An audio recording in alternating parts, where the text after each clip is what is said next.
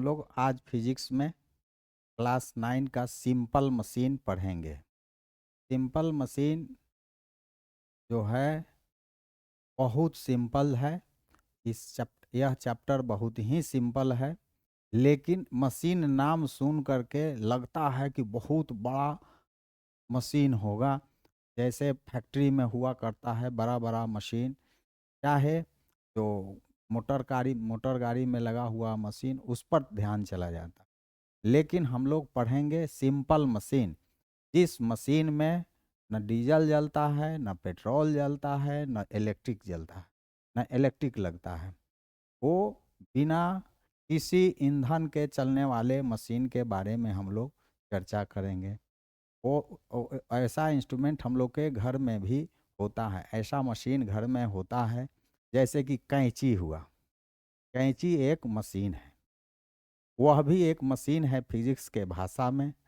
और प्लायर्स है, कुदाल है, ये सब चीज़ है मशीन ही है।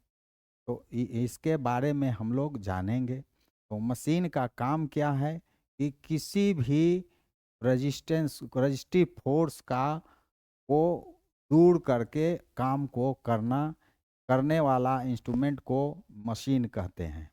तो ये मशीन क्या है? Machine is an instrument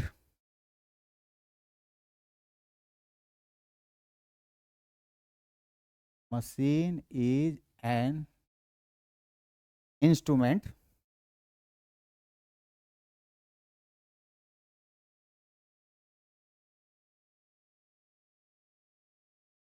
from which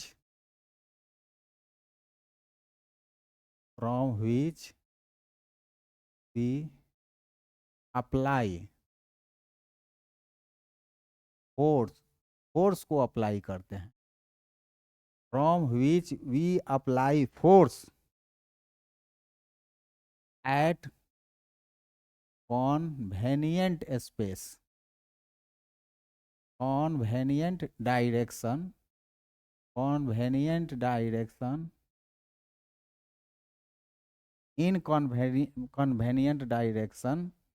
at convenient point for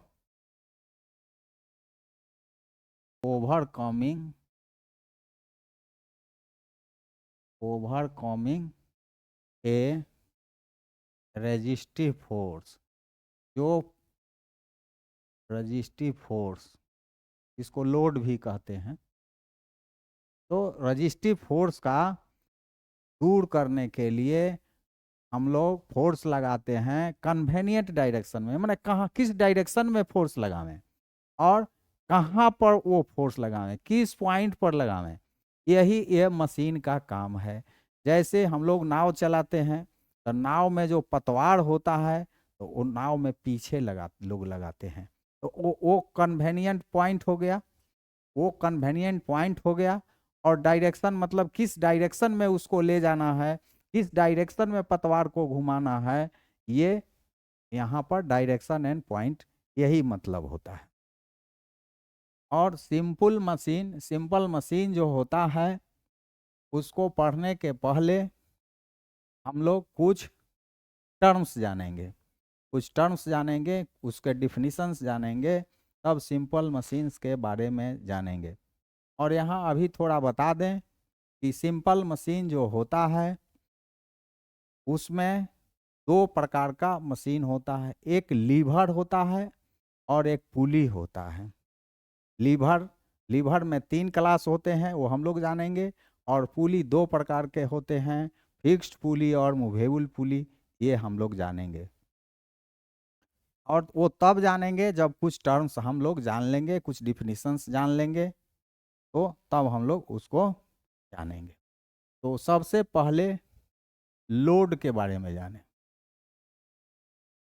load भी एक टाइप का फोर्स ही होता है, जिसको जैसे हम लोग को एक कुआं से पानी खींचना है, कुआं से पानी खींचना है, तो जो बाल्टी में पानी है वो पानी लोड हो गया, समझिए कि वो लोड हो गया।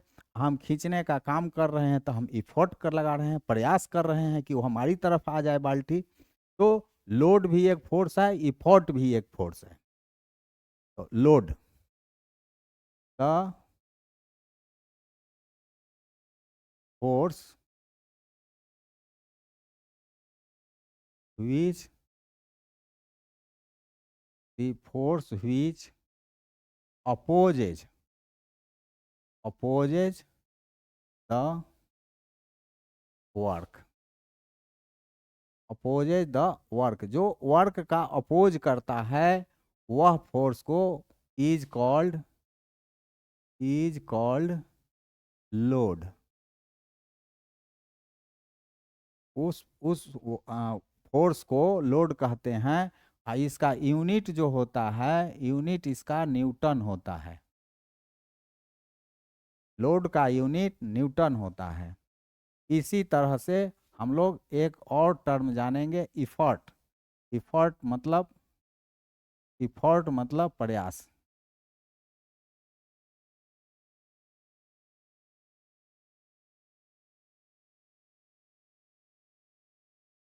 वह फोर्स वह है जो किसी काम करने के लिए अप्लाई किया जाता है, तो उसको एफर्ट कहते हैं। The force which is used to do any work with, यहाँ लिखना होगा the force which opposes the work is called load.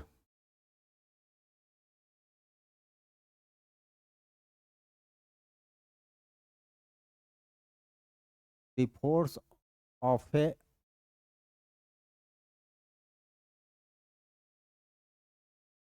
the force which is used to do any work with a machine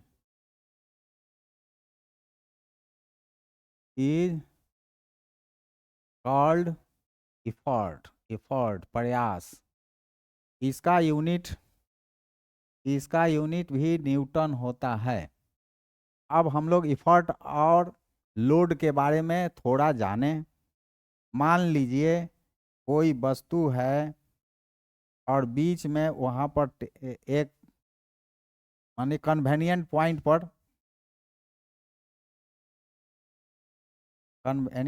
पर मान लीजिए कि ये कोई वस्तु है, इसी को उठाना है।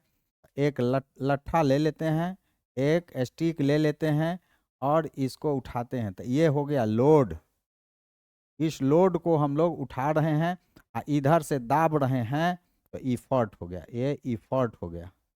इफर्ट जो है सो नीचे की ओर लग रहा है, और लोड भी नीचे की तरफ लग रहा है, लोड भी नीचे की तरफ लग रहा है। लेकिन इफर्ट हम ज़्यादा लगाते हैं तो ये जो बॉल है उठ जाता है। चाहे लकड़ी है वो लकड़ी उठ जाता है, कोई भी चीज़ है वो उठ जाया करता है। तो इफर्ट और लोड से अभी इतना ही जाने तो अच्छा है। अब हम लोग जानेंगे एक term, mechanical advantage. Mechanical advantage of a machine. Mechanical advantage, mechanical advantage of a machine. Machine का mechanical advantage of a simple machine, of a simple machine. अभी हम लोग चूंकि सिंपल मशीन पढ़ रहे हैं तो सिंपल मशीन, लेकिन ये सब जगह लागू होता है। तो मैकेनिकल एडवांटेज को हम लोग शॉर्ट में एम में लिखते हैं। मैकेनिकल एडवांटेज, इसको लीवरेज भी कहते हैं, leverage of a machine, simple machine का लीवरेज माने शक्ति होता है। कितना उसका शक्ति है, कितना उसको मैकेनिकल एडवांटेज कहिए चाहे लीवरेज कहिए, एक ही बात है। तो mechanical advantage is ratio of load to effort. Mechanical advantage of a machine is ratio of load to effort. Mechanical advantage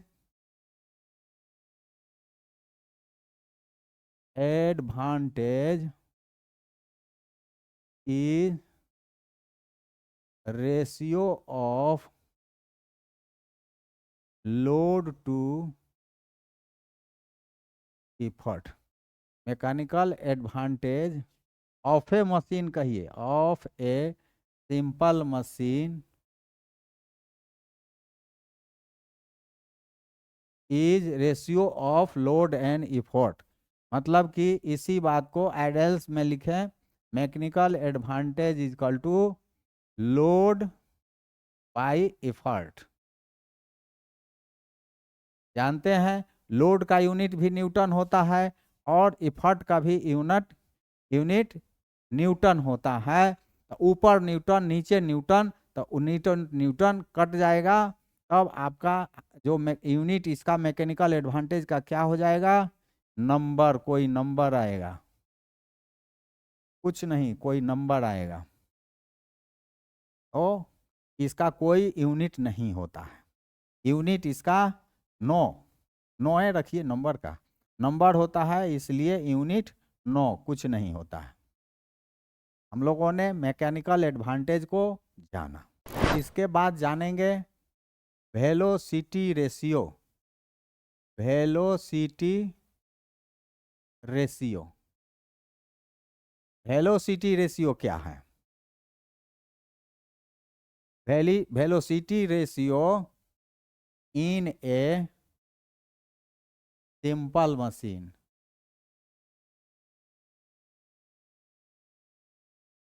of a simple machine. ये क्या आता है? रेशियो है तो दो चीज का जरूर रेशियो होगा, वो है क्या? वेलोसिटी रेशियो, और वेलोसिटी शब्द है तो वेलोसिटी भी जरूर आता होगा, तो वेलोसिटी का ही रेशियो होगा। तो velocity ratio of a machine is ratio of velocity of effort by ratio of effort, velocity of effort point to the velocity of load point।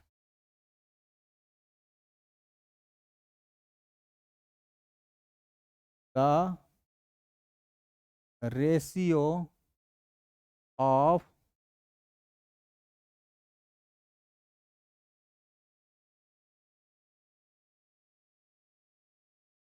effort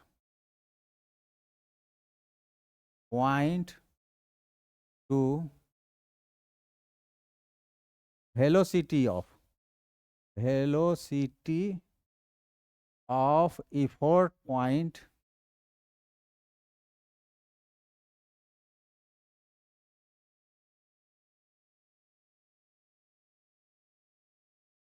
the ratio of velocity of effort point to velocity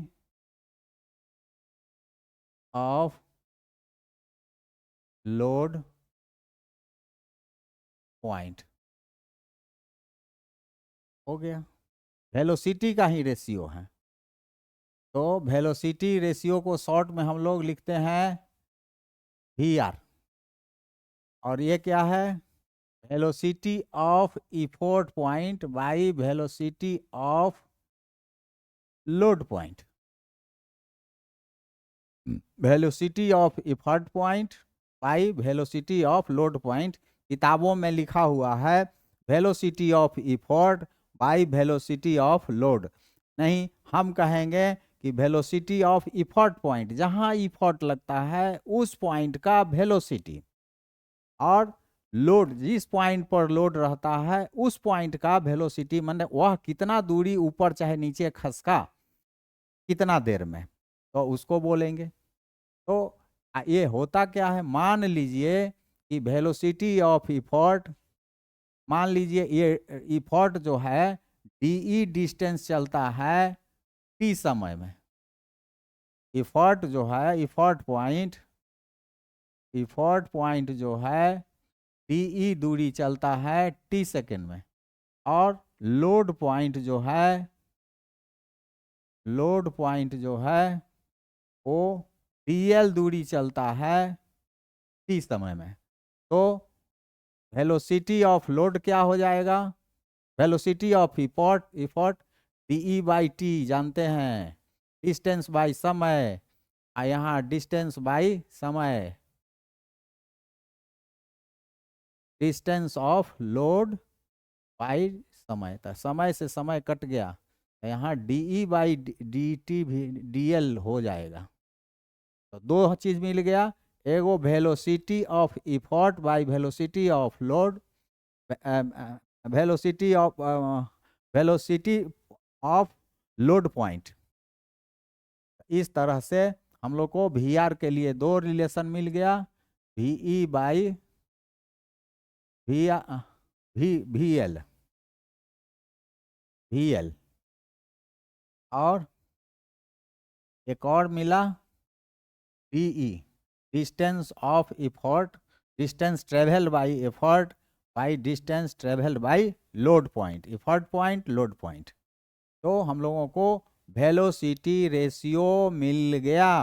क्या क्या मिल गया, load पढ़े, effort पढ़े, mechanical advantage पढ़े, velocity ratio पढ़े।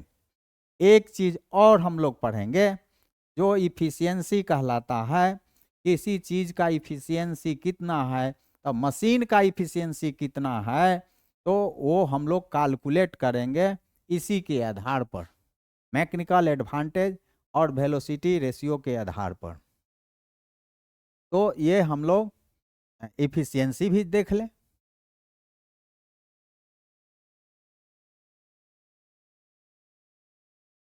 Efficiency के पहले थोड़ा और जान लें, work input work output, work output, output of a machine,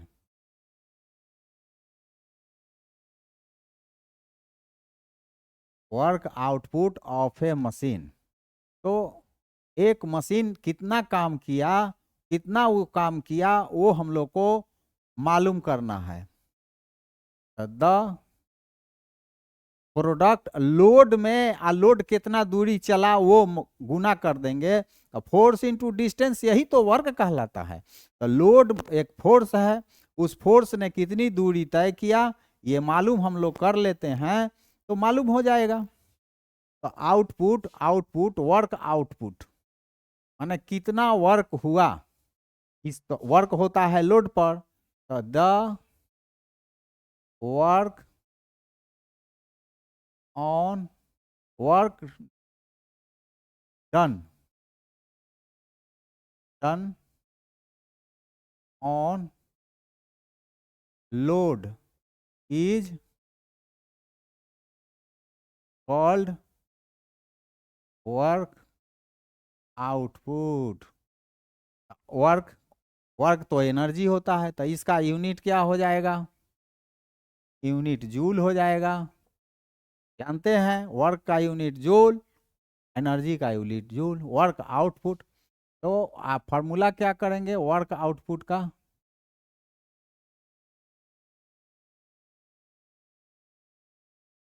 उसके लिए होता है वर्क बराबर फोर्स इनटू डिस्प्लेसमेंट,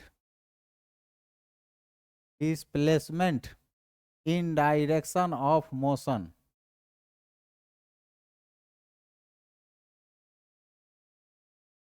होता है, तो हम लोग फोर्स तो है एल, फोर्स है एल, और डिस्प्लेसमेंट क्या है डी एल, डिस्प्लेसमेंट हुआ। तो वर्क आउटपुट कितना हो गया, L इंटू DL जूल। और इसी को ही वर्क, इसको संक्षेप में WO कहते हैं। W से वर्क, O से आउटपुट, L इंटू DL। इसको आउटपुट एनर्जी भी लोग बोल देते हैं, आउटपुट एनर्जी। हो गया। तो वर्क आउटपुट जान गए, वर्क इनपुट जानिए। वर्क इनपुट मतलब जो फोर्स लगाए वो कितनी दूरी चला, तो उसके द्वारा किए हुए वर्क को हम लोग वर्क इनपुट कहेंगे। जो फोर्स लगाए मतलब इफोर्ट का work done by effort is called work input। इसका भी यूनिट जूल होगा, इसका भी यूनिट जूल होगा।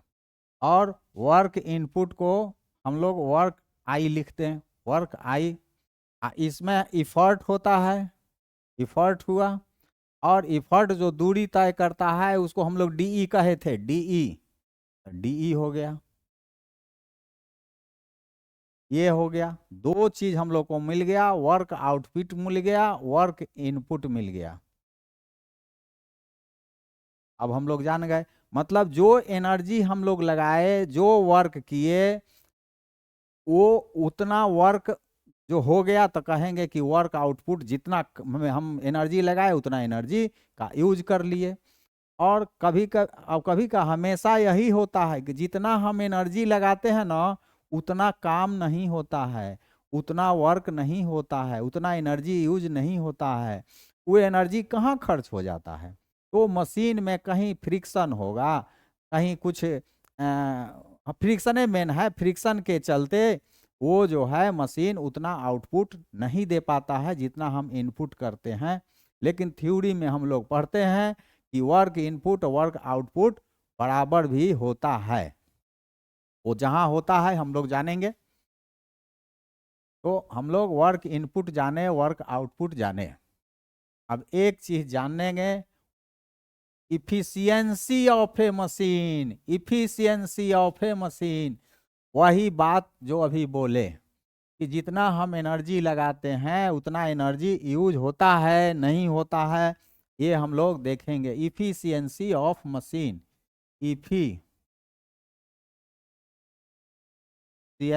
ऑफ ए मशीन कहिए चाहे सिंपल मशीन कहिए, सब जगह यही फॉर्मूला लगता है।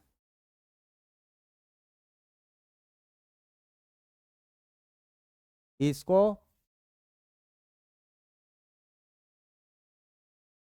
Efficiency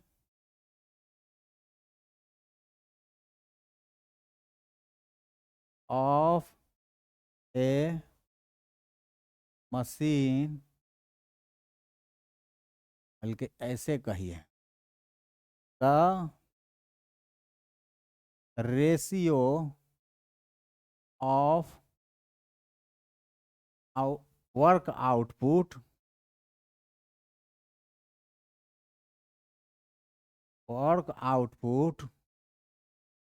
two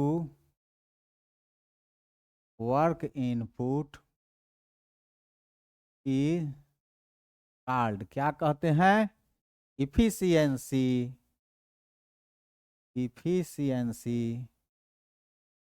of a machine. Efficiency of a machine को माने उसका ratio of work output to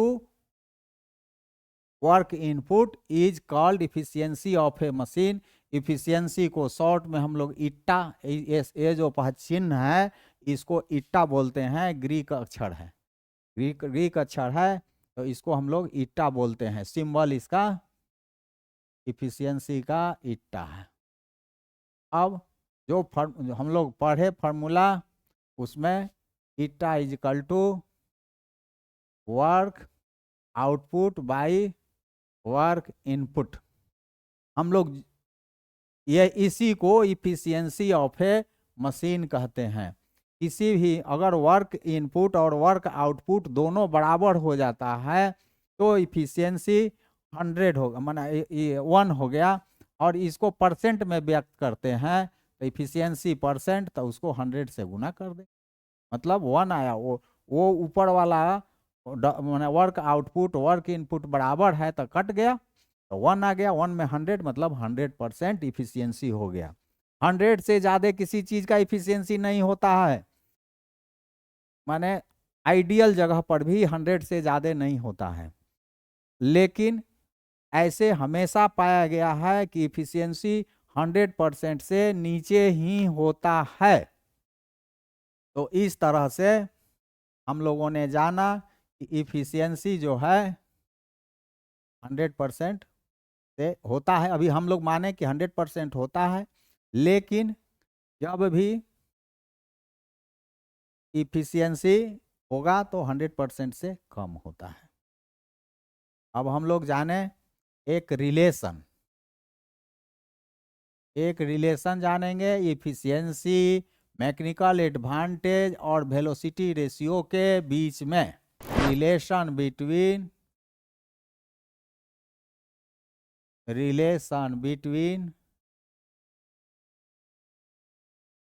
efficiency, mechanical advantage and velocity ratio. अब हम लोग तुरंत पढ़े हैं कि इफिशियंसी बराबर work output by work input. Work output का फॉर्मूला होता है लोड मतलब L इंटू DL, और वर्क इनपुट का effort into DE।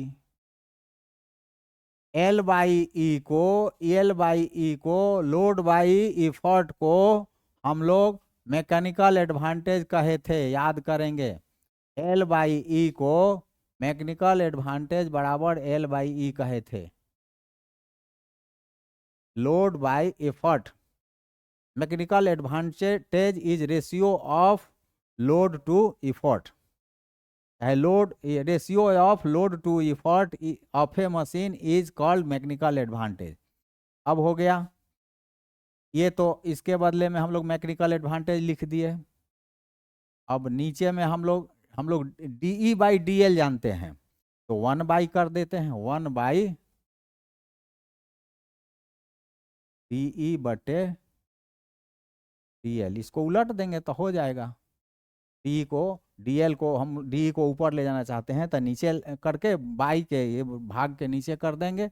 Mechanical advantage by velocity ratio efficiency is equal to, तो मैकेनिकल एडवांटेज बराबर क्या हो गया, इफिशियंसी इनटू वेलोसिटी रेशियो। एक रिलेशन हो गया, mechanical advantage equal to efficiency into mechanical advantage is equal to efficiency into velocity ratio. ये relation हो गया। हम लोग एक दो चीज जानेंगे। आइडियल मशीन जानेंगे। आइडियल मशीन,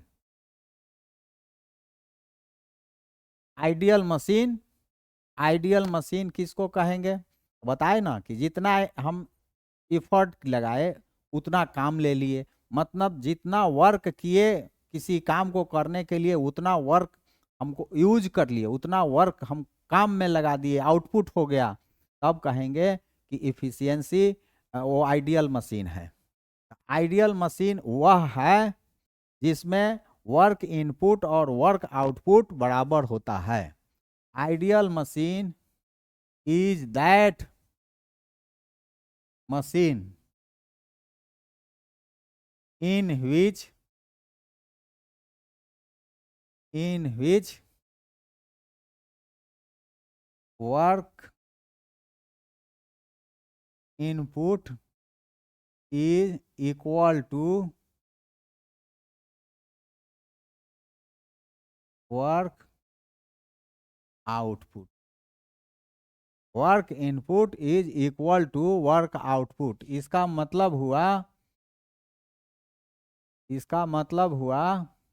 कि work input is equal to work output ideal machine में। और जो एक्चुअल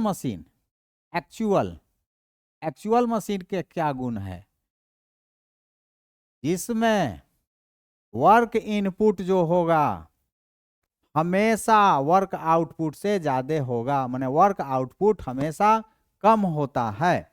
तो एक्चुअल मशीन में जितना हम इनपुट करेंगे एनर्जी, उतना एनर्जी आउटपुट में नहीं मिलेगा, कम होता है।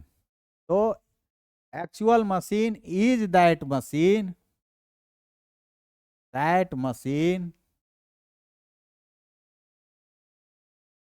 in which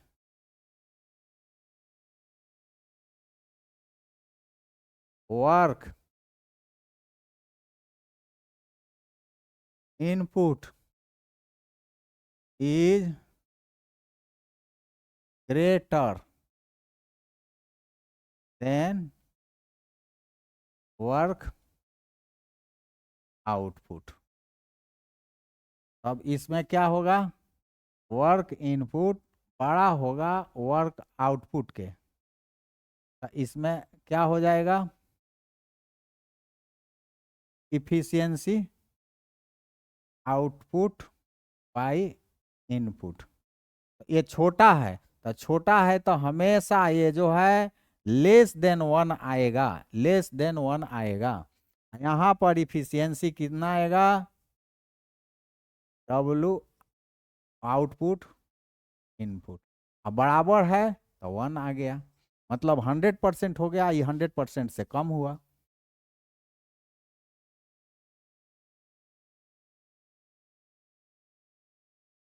ये हमेशा लेस देन 1 आता है एक्चुअल मशीन में। तो हम लोगों ने जान लिया ये सब चीज। अब हम लोग जानेंगे सिंपल मशीन जो होते हैं क्या कहलाता है। सिंपल मशीन हम लोग जनरली 2 प्रकार के जानते हैं। जनरली एक मशीन कहलाता है लीवर, सिंपल मशीन। एक सिंपल मशीन को हम लोग लीवर बोलते हैं और दूसरे सिंपल मशीन को पुली कहते हैं। ये ऐसा खोल के नहीं लिखा हुआ आपको कहीं मिलेगा। एक हुआ लीवर, एक हुआ पुली।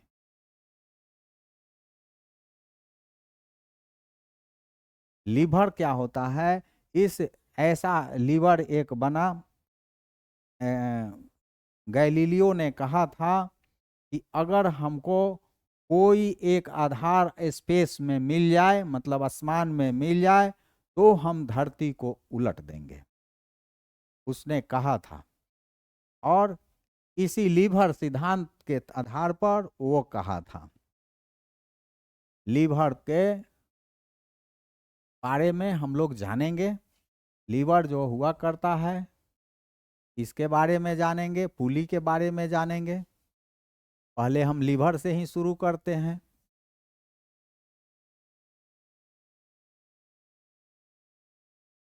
लीवर जो है वर्क करता है मोमेंट थ्योरी पर।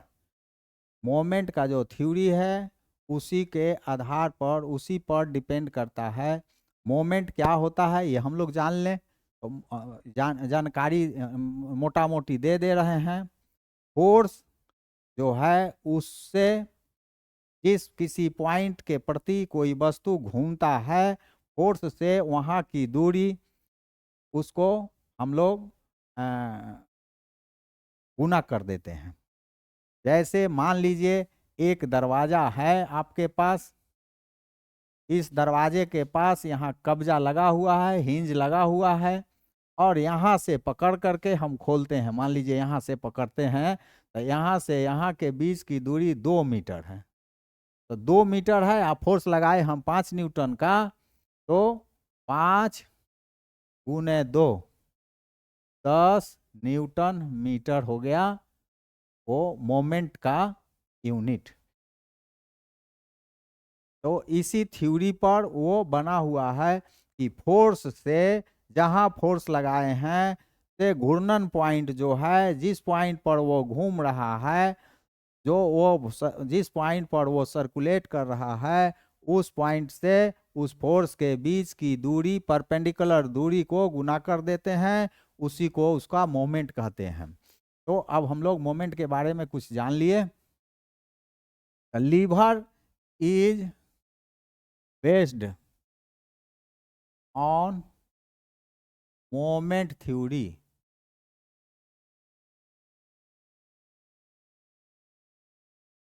अब मान लीजिए एक कोई रिगिड बॉडी है, लीवर में यही रहता है, एक रिगिड बॉडी होता है, रिगिड लीवर में एक रिगिड बॉडी होता है, चाहे वो स्ट्रेट होगा और चाहे बेंट होगा। स्ट्रेट भी हो सकता है, बेंट भी हो सकता है। इसमें दूसरा एक चीज होता है फलक्रम, जिसके चारों तरफ घूमता है, जिसके तरफ वो घूमता है, जिस पॉइंट के प्रति घूमता है, उसको फलक्रम बोलते हैं। एक लोड तो हम लोग जान ही गए हैं और इफर्ट भी जान गए हैं, इतना चीज इसमें हुआ करता है। तो समझ लीजिए कि ये रिगिड रॉड है, इस रॉड पर के बीच में ये फलक्रम लगा हुआ है। फलक्रम जैसे कि आप झूला झूलते हैं, टी सौ जो होता है, बच्चे झूला झूलते हैं, ये डंडा जैसा रहता है, एक बच्चा उधर बैठ जाता है, एक बच्चा इधर बैठ जाता है, एक बच्चा यहाँ बैठ जाता है, एक बच्चा यहाँ बैठ जाता है, तो ऊपर नीचे हुआ करता है। मान लीजिए एक बच्चा यहाँ बैठ गया, बच्चे के जगह मान लीजिए यहाँ पर लोड लगा रहे हैं, एफर्ट नीचे लगा रहे हैं, तो ये इफर्ट नीचे लगा रहे हैं, और नीचे से कोई वस्तु को हम लोग इसी पर से इफर्ट लगा करके कोई वस्तु को उठा रहे हैं, मान लीजिए यही बच्चे हैं चाहे कोई सामान्य है, यहाँ लोड जो है, लोड भी जो है, लोड का भी फोर्स नीचे ही लग रहा है।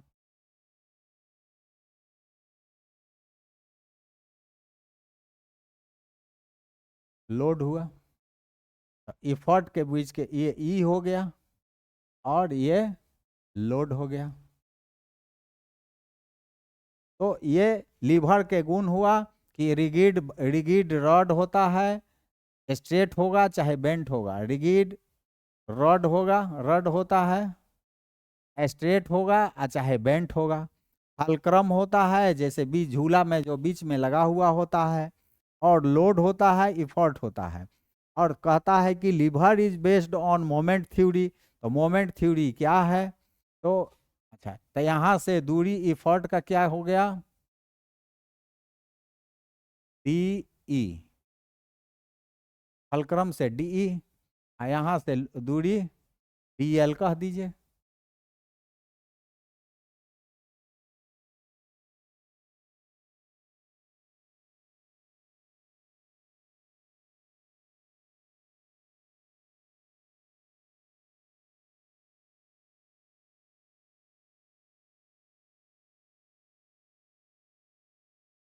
इसको आर्म कहते हैं, इसको इफर्ट आर्म कहेंगे, इफोर्ट आर्म कहेंगे, इसको बोलेंगे लोड आर्म कहेंगे।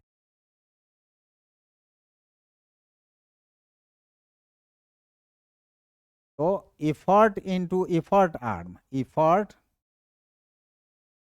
इंटू इफर्ट आर्म बराबर लोड इंटू लोड आर्म। यही होता है ना मोमेंट।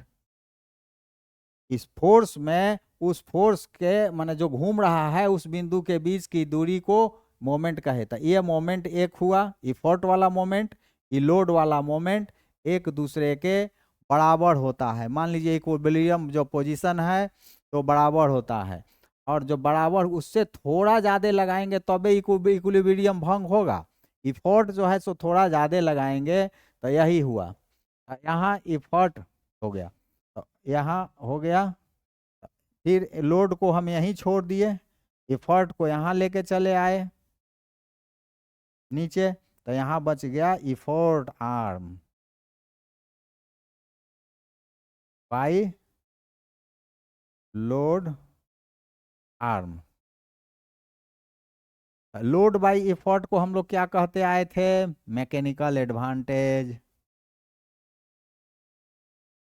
अब क्या हो जाएगा? मैकेनिकल एडवांटेज का एक और जानकारी, इफर्ट आर्म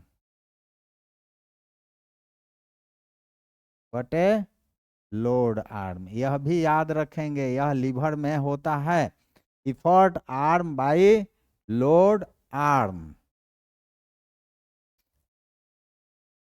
तो इस तरह से हम लोगों ने जाना लीवर का मैकेनिकल एडवांटेज क्या होता है, effort arm by load arm. और मैकेनिकल एडवांटेज हो गया। और वेलोसिटी रेशियो क्या उसका है, दूरी कितना नीचे आया, वो कितना ऊपर गया, इसके आधार पर हम लोग dl by D D M हाँ dl बाई डी करते हैं।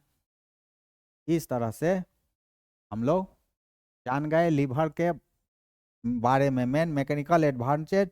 वहाँ पर हम लोग जो डिस्टेंस करते थे तो लोड का डिस्टेंस बाई इफर्ट का डिस्टेंस, यहाँ आर्म है, इफर्ट का आर्म ऊपर होगा और लोड का आर्म नीचे होगा। इसी को बोलते हैं प्रिंसिपल ऑफ लीवर। इसी को मैकेनिकल एडवांटेज बराबर effort arm by load arm, माने ratio of effort arm to load arm is called lever theory. Lever theory इसी को बोलते हैं। इस तरह से हम लोगों ने लीवर के बारे में थोड़ा जाना। अब जानेंगे कि लीवर कितने प्रकार के होते हैं। लीवर 3 प्रकार के होते हैं।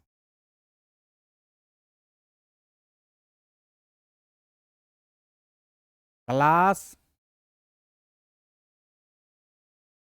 1 लीवर, फिर उसी तरह से क्लास 2 लीवर, क्लास 3 लीवर। यहाँ क्लास के जगह पर फर्स्ट ऑर्डर ऑर्डर भी कह सकते हैं। First 1st first order liver, इसको सेकेंड ऑर्डर लीवर, इसको थर्ड ऑर्डर लीवर कहते हैं। इसमें किसको क्लास 1 कहेंगे, क्लास 2 कहेंगे, क्लास 3 कहेंगे, ये पहचान होना बहुत जरूरी है। आपसे पूछ दिया जाएगा कि एक ये इंस्ट्रूमेंट है, इसको किस श्रेणी में आप रखेंगे, किस क्लास में रखेंगे, तो ये बताना पड़ेगा ना ये किस श्रेणी का है। अब मान लीजिए घर में जो कैंची है, कैंची किस श्रेणी का लीवर है, ये हम लोग को बताना है। कैसे बताएंगे? तो वहाँ पर हम लोग जाने थे कि लीवर में इतना होता है, एफ होता है, फलक्रम होता है, लोड होता है और इफर्ट होता है। फ्ली, एक वर्ड याद रख लें, फ्ली, FLE, फ्ली। मतलब कि फर्स्ट ऑर्डर में फलक्रम बीच में होता है, सेकेंड ऑर्डर में लोड बीच में होता है, थर्ड लीवर में इफर्ट बीच में होता है। अब एक एक एग्जाम्पल देकर समझा देते हैं। जैसे क्लास 1 लीवर जो है, क्लास 1 लीवर है, उसके बीच में फलक्रम होता है। देखें क्या है क्लास 1 लीवर। अब मान लीजिए हम लोग के यहाँ कैंचिए है, कैंचिए है ऐसा,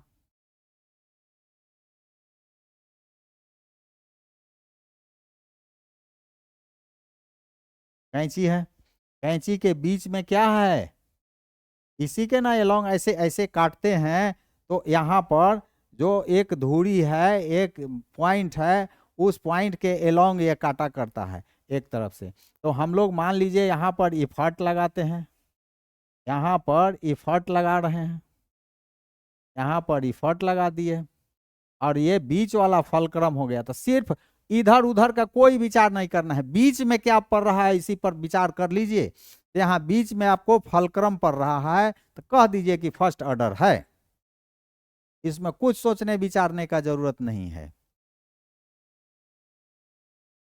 इसका जो होता है मैकेनिकल एडवांटेज, इसका जो मैकेनिकल एडवांटेज होता है, तो आप जानते ही हैं, effort arm by effort arm, effort arm by load arm. बीच वाला पोजीशन कहीं भी हो सकता है, बीच में, बीच मतलब एकदम मिडिल नहीं समझेंगे, ई और एल के बीच में, एल के बीच, यहाँ कपड़ा काटने का काम है, ई और एल के बीच में एफ है, एफ बीच में कहीं हो सकता है, यहाँ हो सकता है, यहीं पर कोई हिंजिंग कर सकता है, यहाँ हिंजिंग कर सकते हैं। तो या इसका मैकेनिकल एडवांटेज जो होता है, वन भी हो सकता है, इफर्ट आर्म बड़ा हो सकता है तो वन, इफर्ट आर्म छोटा होगा तो एक से छोटा, इफर्ट आर्म लोड आर्म बराबर होगा तो एक भी हो जाएगा। मैकेनिकल एडवांटेज यहाँ एक से बड़ा या एक से छोटा हुआ करता है क्लास 1 लीवर में, यह भी जान लीजिए। अब क्लास 2 लीवर में हमने बताया कि बीच में लोड होना चाहिए, बीच में जब लोड रहेगा तभी उसको क्लास 2 लीवर कहेंगे। इसका एग्जाम्पल में कौन सामान रखें जिसके बीच में ही काम होता हो, तो जो कसैली काटने वाला है, कसैली काटने वाला मशीन आप देखे होंगे, इस टाइप का रहता है,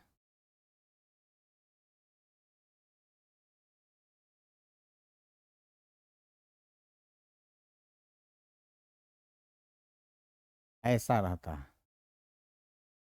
मान लीजिए कि ऐसा रहा,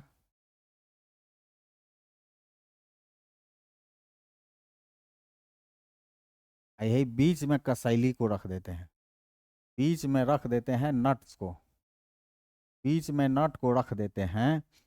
नट जो रखे, यह लोड है, जो काम हम लोग करते हैं, जिस पर काम करते हैं उसी को न लोड कहते हैं, यही लोड हो गया। यहाँ तो आपका फलक्रम है, इधर इधर दबाते हैं तो इधर इफर्ट है, तो बीच में तो लोड दिख गया कि बीच में लोड है, तो सेकेंड ऑर्डर कह देंगे कि ये जो सरौता है, सरौता हम लोग बोलते हैं, चाहे नट कटर कहिए। और ऐसा भी है कि जब हम लोग बाजार में आम खरीदने जाते हैं, अचार वाला आम, तो जो काटने वाला से बेचने वाले को कहते हैं कि मेरा काट भी दीजिए, तो देखते होंगे कि वो आम ऐसे काटने के लिए रखा है, आम बीच में रखता है ऐसे, और ऐसे ऐसे कच कच काटता है, तो काटने का काम बीच में हो रहा है, लोड बीच में है।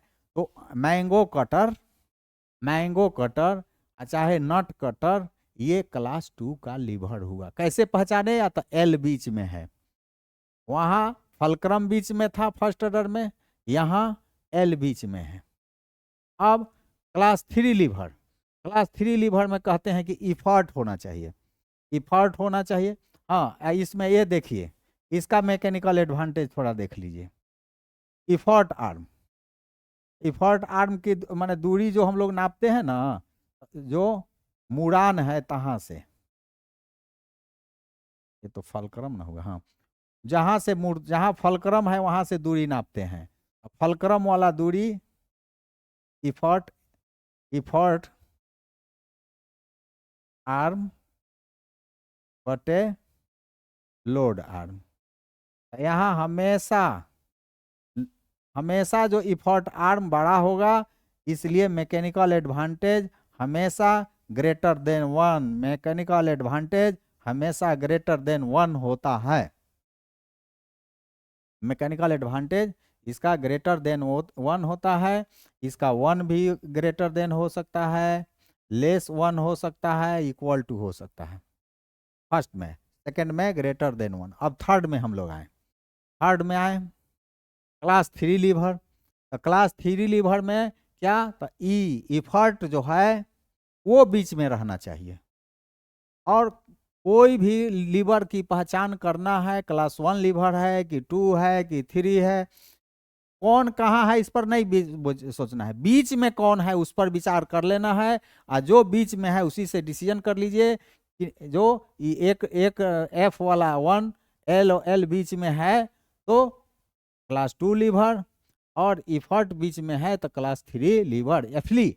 वो ये वर्ड एफली फ्ली को हमेशा याद रखिए तो आपका काम बनते रहेगा।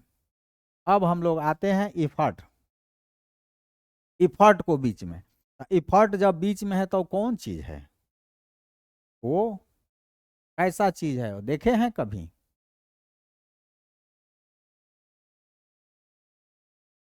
जैसे आग उठाने के लिए जो चिमटा होता है, आग उठाने के लिए जो चिमटा, चाहे रोटी उठाने के लिए चिमटा जो होता है, ऐसा हुआ करता है, देखे होंगे। वो चिमटा होता है। हम लोग यहाँ पर कोई काम करते हैं, जैसे कि मान लीजिए कि रोटी उठाना है, तो रोटी को यहाँ पर उठाते हैं, दबाते कहाँ हैं, यहाँ पर एफर्ट लगाते हैं। एफर्ट तो बीच में आ गया। आई जगह ये जो है उड़ान, ये मान लीजिए कि फलक्रम हो गया, ये फलक्रम कहलाएगा इसलिए कि इसी के एलोंग वो उठता गिरता है, इसी के एलोंग उठता गिरता है, तो ये फलक्रम हुआ, ये फलक्रम हुआ, ये फलक्रम हुआ। तो इस तरह से ये हो गया। और यहाँ पर जो हम लोग रोटी उठाए, ब्रेड को जो उठा रहे हैं चिमटा से, तो ये लोड हो गया, इसको हम लोग एल कहेंगे। तो ई जो है बीच में है, तो चिमटा जो है उसको हम लोग क्लास 3 लीवर कहेंगे। जो फायर प्लकर है, चाहे ब्रेड प्लकर है, ब्लेड को उठाने वाला है, उसको हम लोग क्लास 3 लीवर कहेंगे। और इसका मैकेनिकल एडवांटेज कितना हो जाएगा, हम लोग फलक्रम से लोड की दूरी और फलक्रम से इफोर्ट की दूरी, effort arm, effort arm by load arm तो होता ही है। इफोर्ट आर्म जो है हमेशा छोटा होता है, हमेशा छोटा होता है, और लोड आर्म बड़ा होता है।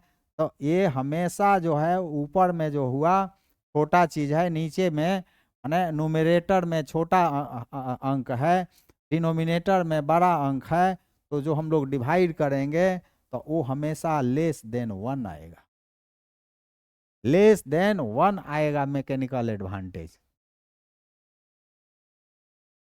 तो आपने class 1 lever, class 2 lever, class 3 lever को पढ़ लिया। और लीवर को बोलते हैं, क्लास 1 लीवर कहिए चाहे first order lever, class 2 lever चाहे second order lever, class 3 lever चाहे थर्ड ऑर्डर लीवर, ये आपने जान लिया। और फ्ली को जरूर याद रखिए, जो बीच में रहेगा वही आपका क्लास को बतलाएगा। F F L E, F first, L second और ई थर्ड। इस तरह से हम लोगों ने लीवर को जान लिया। अब हम लोग जानेंगे पुली। पुली आपने देखा है कि नहीं देखा है? अब ये जमाना पुराना हो गया, पहले पुली का यूज करके हम लोग कुएं से पानी खींचते थे। पुली को हिंदी में घिरनी भी बोलते हैं, पुली को बोलते हैं घिरनी। ये जो होता है या तो लकड़ी का बना होता है या मेटल का बना होता है, और उसके बीच में ग्रूव कटा हुआ रहता है, रिम जैसा रिम बना हुआ रहता है। उस ग्रूव में एक रस्सी घुमा हुआ रहता है, जैसे ये पुली हो गया, ये पुली हो गया। ये तो बनाने में बन नहीं पा रहा है, लेकिन ऐसा टाइप का रहता है, इसमें ऐसा टाइप का ग्रूव कटा हुआ रहता है, ऐसा टाइप का ग्रूव कटा हुआ रहता है, इस ग्रूव में रस्सी रहता है। तो इस यह पुली हुआ, इस पुली को का एक सेंटर होता है, इस सेंटर पर एक रड लगा हुआ रहता है, ये इस रड को हम लोग एक्सिस कहते हैं, एक्सिस ऑफ पुली कहते हैं। जो पुली में रड लगा हुआ है उसको हम लोग एक्सिस ऑफ पुली कहते हैं। और एक्सिस ऑफ पुली में एक फ्रेम लगा हुआ रहता है, जिस फ्रेम में पुली लगा होता है, और पुली और फ्रेम को जब एक साथ लगा देते हैं तो उसको ब्लॉक बोलने लगते हैं। पुली, पुली किसे बोलेंगे? ये गोलाकार होता है, लकड़ी का या मेटल का होता है, सेंटर पर एक्सिस होता है, और ये पुली को पुली के एक्सिस को फ्रेम से जोड़ देते हैं तो उसको ब्लॉक कहते हैं। तो pulley is a simple machine.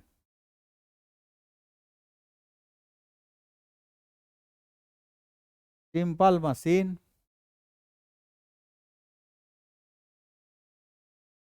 used to change direction of effort।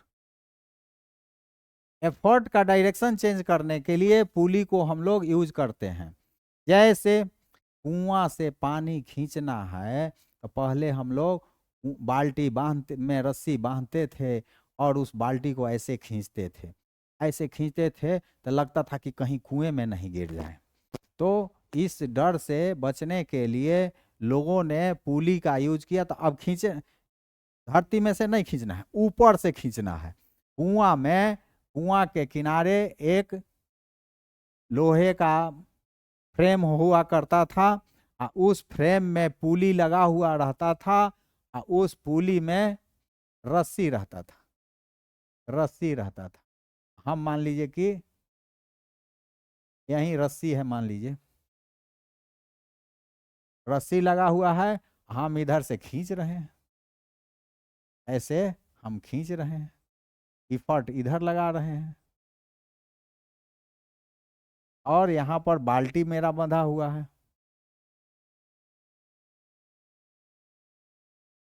ये लोड हो गया, हम इधर से खींच रहे हैं। तो अब तो खींच रहे हैं ना, अब हम यहाँ पर खड़े होकर ऐसे खींच रहे हैं, रस्सी को खींच रहे हैं, खींच रहे हैं, और जब बाल्टी आ गया नज़दीक में, बस बाल्टी पकड़ के पानी को ढार लेते थे। यही काम चलते रहता था। फिर दूसरा आदमी आया, वो वही यही काम किया, वही यही काम किया, पानी भरने का काम ऐसे ही होता था। और जब लोड इधर लग रहा है, लोड वाला फोर्स इधर लग रहा है, तो ई रस्सी में टेंशन ऊपर में होगा, टेंशन को टी से सूचित करते हैं। और जब इफर्ट हम इधर कर रहे हैं तो रस्सी में भी टेंशन अपोजिट डायरेक्शन में होगा, इफर्ट के अपोजिट में ही टेंशन। हमेशा याद रखेंगे, रस्सी का टेंशन का जो डायरेक्शन शो करेंगे ऊपर की तरफ करेंगे। इस तरह से जो सिंपल पुली जो होता है, simple machine use to change direction of effort. देख लीजिए, पहले ऐसे पानी खींचना पड़ता था, अब हम पुली लगा दिए तो खींच, जमीन से नहीं खींच रहे हैं, हमको ताकत नीचे से नहीं लगाना है, ऊपर से लगाना है, गिरने का डर खत्म। इसलिए लोगों ने पुली का आविष्कार किया था। और पुली के जो एथी में होता, सेंटर में लगा रहता है एक रड, उस रड को बोलते हैं axis of rotation, axis of rotation. उसी के एक्सिस पर वो घूमता है, चारों तरफ घूमता है। और इसमें जो ग्रूव कटा हुआ रहता है, इसमें ग्रूव कटा हुआ रहता है, इस टाइप का दिख नहीं रहा है, नहीं दिखेगा, इसमें ग्रूव कटा रहता है। उस ग्रूव में रस्सी कहा जाता है कि वेटलेस रस्सी। कोई रस्सी का ऐसा थोड़े है कि वेट नहीं होता है, वेट होता है, लेकिन वेटलेस रोप की बात अभी हम लोग पढ़ेंगे। और पुली जो है सो फ्रिक्शनलेस है और वेटलेस है, ये हम लोग मानकर अभी चलेंगे। बाद में देखा जाएगा कि उसका भी वेट कुछ होता है, वो हम लोग ऊंचे क्लास में पढ़ेंगे, लेकिन अभी वेटलेस ही जानेंगे। तो पुली जान गए, एक्सिस ऑफ रोटेशन जान गए, और इसको एक लोहे के फ्रेम में जब लगा देते हैं ऐसे टांगने के लिए, तो उस फ्रेम को, फ्रेम जो होता है लोहे का चाहे मेटल का हो, तब एक्सिस, पुली और फ्रेम मिला के पुली, एक्सिस, एक्सेल कहिए, axle, axle, axle plus frame,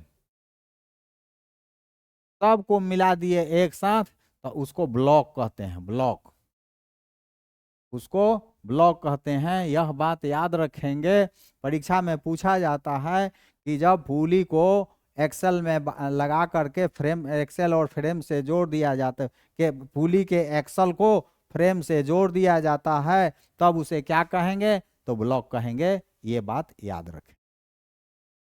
अब हम लोग पुली के बारे में जान लिए, अब आगे जानते हैं पुली के कई प्रकार का होता है।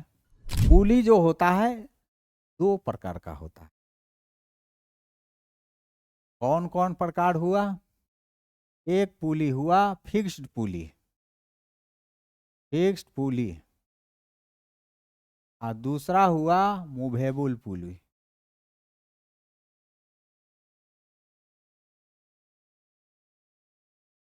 फिक्स्ड पुली जो है किसी रिगिड बेस से टांग दिया जाता है, जैसा जो हम लोग कुआं में करते थे, वो फिक्स्ड पुली हुआ करता था।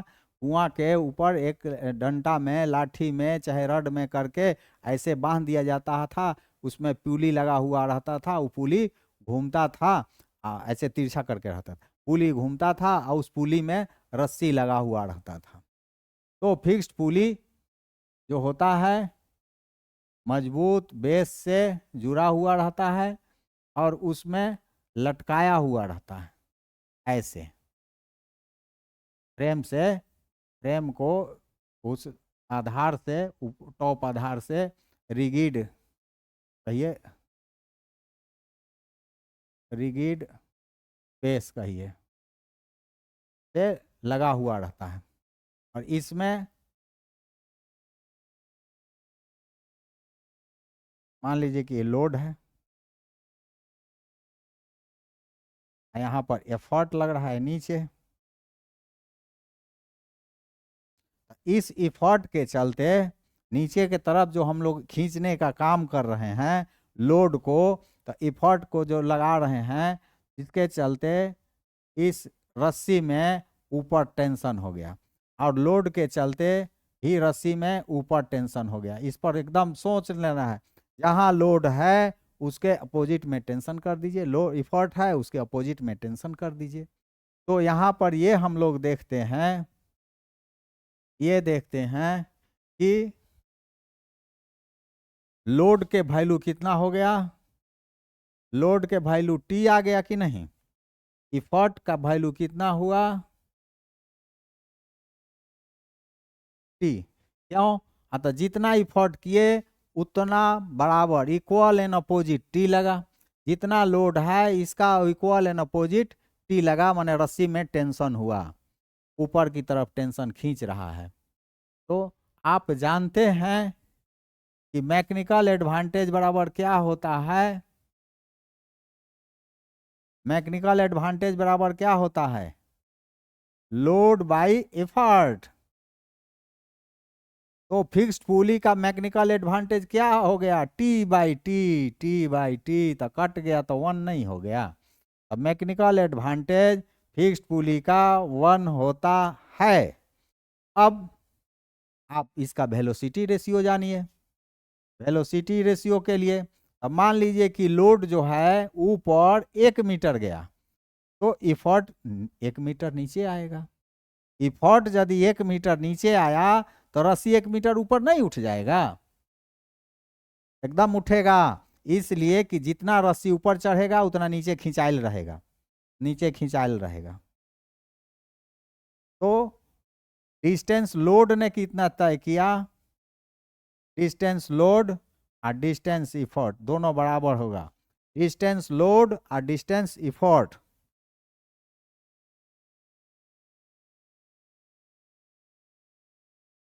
Distance load by distance effort तो दोनों बराबर है। इसमें वेलोसिटी रेशियो कितना हो गया dl/de जो कि बराबर है बराबर d मान लीजिए। d दूरी हम 1 मीटर कहे थे चाहे 2 मीटर कहिए तो वो da ना हुआ, जितना e उतना जितना de उतना del तो d के बराबर मान लीजिए। ये d/d कट गया तो 1 आ गया। तो वेलोसिटी रेशियो 1। इफिशियंसी तब इसका कितना हो जाएगा, इसका इफिशियंसी कितना हो जाएगा, इफिशियंसी का फॉर्मूला जानते हैं, mechanical advantage by velocity ratio 1/1 cut के 1 हो गया। तो इफिशियंसी 1 मतलब 100% हो गया। लेकिन 100% नहीं होता है, थोड़ा ताकत लगाना पड़ता है। ये सब जो हम लोग कैलकुलेट किए इक्विलिब्रियम पोजीशन का ये कैलकुलेशन है, लेकिन उसको घसकाने के लिए थोड़ा सा इफर्ट ज़्यादा लगाना पड़ता है। और किसी भी पुली का आप तो जानिए गए थे कि किसी भी मशीन का इफिशियंसी 100% नहीं होता है, कुछ ना कुछ फ्रिक्शन रहेगा, उस फ्रिक्शन के चलते उसका इफिशियंसी घट जाएगा। तो इस तरह से हम लोगों ने फिक्स्ड पुली के बारे में जाना। अब जाने थोड़ा मूवेबल पुली। मूवेबल पुली में ये करते हैं कि बेस से सिर्फ रस्सी को टांग देते हैं, यहाँ पर रस्सी को बांध देते हैं और इसके नीचे एक पुली लगा देते हैं। ये पुलिये को हम लोग खींचते हैं ऊपर से, पुली को ऊपर से खींचते हैं और जो लोड है मान लीजिए कि बाल्टिए टांग रहे हैं, यहाँ पर इसे लोड को हम लोग टांग देते हैं।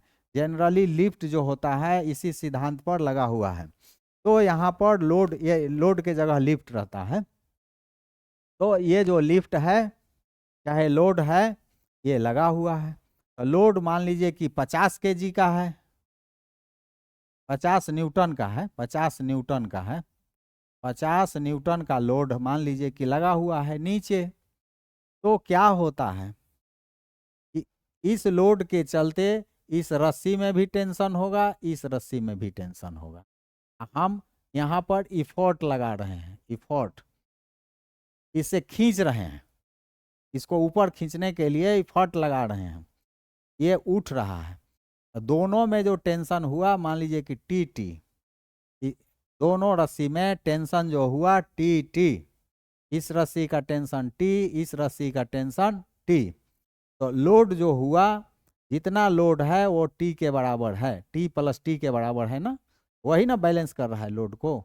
हम लोग इफर्ट जो लगा रहे हैं, जो इफर्ट लगा रहे हैं ऊपर के तरफ, जो इफर्ट ऊपर के इक्विलिब्रियम पोजीशन की बात सब हो रहा है, जो ऊपर की तरफ हम लोग इफर्ट लगा रहे हैं तो उसके चलते भी रस्सी में टेंशन हो गया, रस्सी में टेंशन हुआ ऊपर तरफ।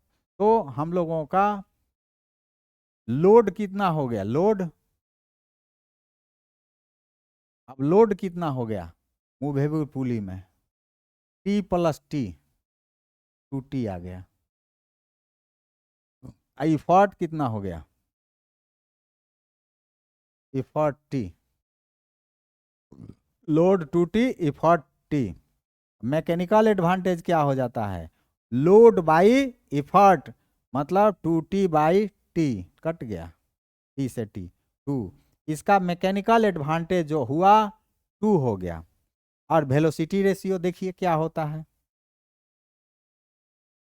लोड मान लीजिए, लोड मान लीजिए कि 1 मीटर ऊपर जाता है तो रस्सी तो 2 मीटर चल जाता है ऊपर। लोड जैसे 1 मीटर माने यहाँ से जैसे यहाँ 1 मीटर गया, 1 मीटर गया तो रस्सी जो है ये इफर्ट का जो डिस्प्लेसमेंट हुआ, मान लीजिए कि यहाँ पर हम इफर्ट लगा रहे थे तो ये जो था यहाँ से 2 मीटर ऊपर चली जाता, 2 मीटर। यहाँ से 2 मीटर चला जाता है। आप सोचेंगे तो पता चल जाएगा कि दोनों रस्सी में ना घट रहा है, तो दोनों में 1 मीटर इसमें घटा 1 मीटर इसमें घटा, तो घटा तो गया कहाँ, तो ऊपर इफर्ट साइड में गया, इफर्ट साइड में गया। आज जानते हैं वेलोसिटी रेशियो में D effort by density load, density नहीं distance, distance effort by distance load, तो हो गया। ये है 2, दूना होता है तो 2/1 हो गया, 2 आ गया। Mechanical advantage 2, velocity ratio 2, efficiency कितना आ जाएगा, mechanical advantage by velocity ratio 2/2, तो 100, 1 आ गया, मतलब 100 हो गया। 100% हो गया कि नहीं। हाँ, ये मूवेबल पुली का 100% इसका भी होता है, लेकिन इसमें मैकेनिकल एडवांटेज होता है कि जितना फोर्स लगाते हैं उससे दूना काम कर लेते हैं, उससे दूना काम होता है। जो इफर्ट हम लोग लगा रहे हैं उससे दूना काम करते हैं। और लोड पर जो है 50 न्यूटन का एक एक एक रस्सी पर, एक तरफ के रस्सी पर 25 पड़ता है, दूसरे तरफ के रस्सी पर 25 का लोड पड़ता है। इस तरह से हम लोगों ने पुली के बारे में जाना। और एक बात हम लोग ये जाने कि जो फिक्स्ड पुली रहता है, जो फिक्स्ड पुली रहता है उसमें पुली के ऊपर रस्सी लगाए हैं, देखिएगा पुली के ऊपर से रस्सी लपेटे हैं। और मूवेबल पुली में पुली पर तो लपेटे हैं, लेकिन लोड जो है सो पुलिये पर लगाए हैं।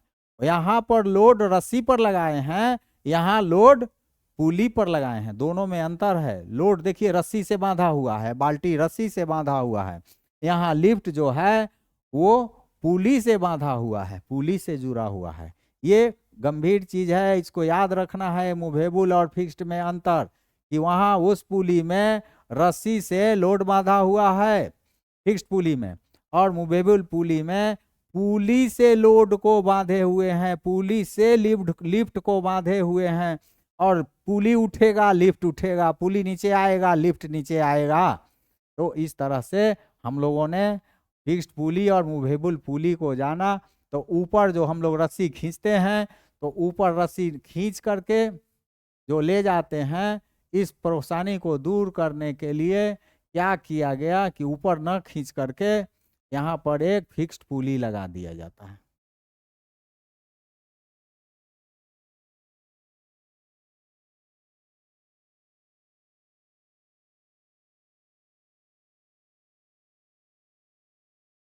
यहाँ पर फिक्स्ड पुली लगा दिया जाता है, फिक्स्ड फिक्स्ड पुली बेस से लगा दिया जाता है, इसलिए कि डायरेक्शन चेंज हो जाए फोर्स का, इफर्ट का, बस ये और कुछ नहीं, इफर्ट का डायरेक्शन चेंज हो जाए।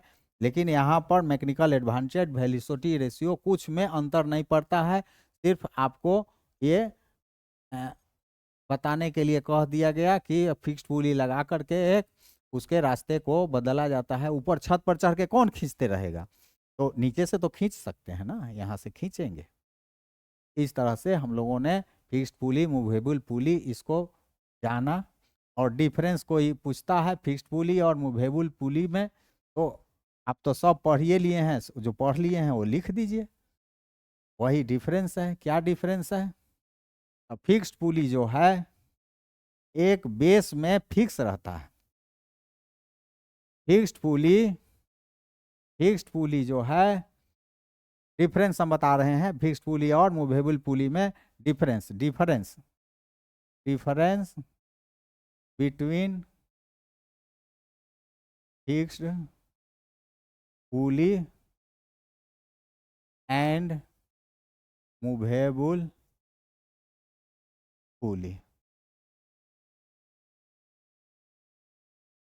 ये जो है फिक्स्ड पुली,